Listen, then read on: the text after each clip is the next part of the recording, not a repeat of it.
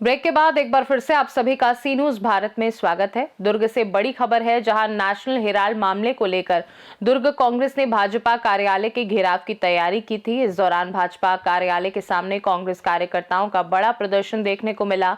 स्थिति को देखते हुए पुलिस प्रशासन ने भाजपा कार्यालय की ओर जाने वाले सभी मार्गों पर बैरिकेड्स लगाकर सुरक्षा व्यवस्था कड़ी कर दी। बैरिकेडिंग के चलते कांग्रेस कार्यकर्ताओं और पुलिस के बीच काफी देर तक झड़प और धक्का मुक्की होती रही। प्रदर्शन में शामिल होने पहुंचे पूर्व मुख्यमंत्री भूपेश बघेल ने केंद्र सरकार और भाजपा पर तीखा हमला बोला। उन्होंने कहा कि नेशनल हेराल्ड मामले में अदालत का जो फैसला आया है, देश की जनता पहले से जानती थी कि गांधी परिवार और मोतीलाल वोरा निर्दोष है। उन्होंने आरोप लगाया कि पिछले 12 वर्षों से प्रवर्तन निदेशालय कांग्रेस नेताओं को परेशान कर रही है। भूपेश बघेल ने कहा कि भाजपा केंद्रीय एजेंसियों का दुरुपयोग कर विपक्ष को दबाने का प्रयास कर रही है और कांग्रेस को बेवजह निशाना बनाया जा रहा है। प्रदर्शन के दौरान दुर्ग में राजनीतिक माहौल गरमाया रहा और मौके पर भारी पुलिस बल तैनात रहा। कोर्ट में जो फैसला आया है नेशनल हेराल्ड के मामले में, वो देश के लिए देश की जनता जानती थी कि गांधी परिवार, मोतीलाल वोरा जी, ये सब लोग निर्दोष हैं। 12 साल ईडी ने हमारे शीर्ष नेतृत्व को परेशान किया। सोनिया जी, राहुल जी, खड़गे जी, मोतीलाल वोरा जी, सबको। लेकिन जो फैसला आया है वो सत्य की जीत है, ये हम सब की जीत है। उन्होंने संज्ञान लेने लायक नहीं समझा कोर्ट ने ईडी के, मतलब इतना घटिया रिपोर्ट ईडी का रहा है, ईडी का काम रहा है। और उसके खिलाफ में पूरे देश भर में जिला कार्यालय में भारतीय जनता पार्टी के कार्यालय घेराव करने का निर्देश अखिल भारतीय कांग्रेस कमेटी से हुआ और उसी के तहत आज भाजपा कार्यालय का घेराव करने का निर्णय लिए हैं। और इसमें प्रमुख रूप से ताम्रध्वज साहू जी, अरुण वोरा जी, प्रतिमा जी और साथ ही हमारे तीनों जिला अध्यक्ष भाई राकेश, भाई मुकेश और भाई धीरज, इन लोगों ने इस कार्यक्रम का आयोजन किया। और बड़े संख्या में हमारे युवक कांग्रेस के, महिला कांग्रेस के, सेवा दल NSY के सब साथी यहाँ उपस्थित हैं। और पूरे प्रदेश में संदेश गया है कि किस प्रकार से सेंट्रल एजेंसी है, स्टेट एजेंसी है, उसका दुरुपयोग ये सरकार कर रही है और कांग्रेस को कमज़ोर करने या प्रजातंत्र को कमज़ोर करने का काम कर रही है।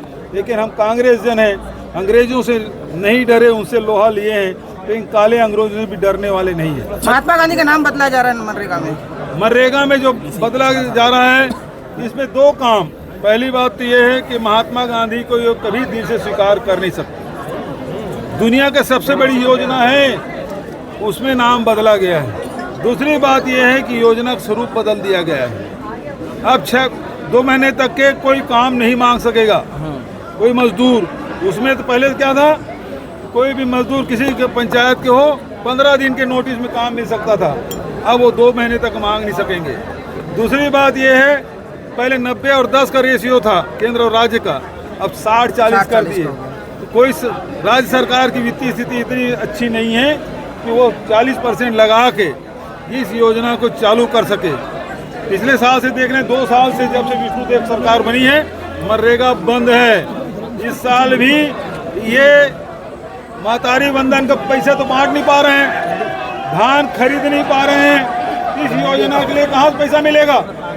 ये स्थिति है। विकसित भारत संकल्प की तैयारी कर रहे हैं लोग। ये केवल सपना दिखाते हैं। विदेश से काला धन आ गया, 2 करोड़ लोगों को रोजगार, नौकरी मिल गई, नोटबंदी से काला धन निकला, GST से दूसरी आज़ादी मिली, कुछ नहीं। ये भी उसी प्रकार से जुमला है। 12 साल हेराल्ड मामले में लग गया, छत्तीसगढ़ के मामले में कितना साल लगेगा, क्या लगता है? वो बहुत जल्दी एक्सपोज हो गए, यहाँ भी एक्सपोज हो गए। सब समझ गए हैं कि ये केवल कांग्रेस पार्टी को बदनाम करना है, कांग्रेस के नेताओं को बदनाम करना है, भूपेश बघेल को नियंत्रित करना है। तो इसके नियंत्रण को डेट पर डेट मिल रहा है, कोई फर्क नहीं पड़ता।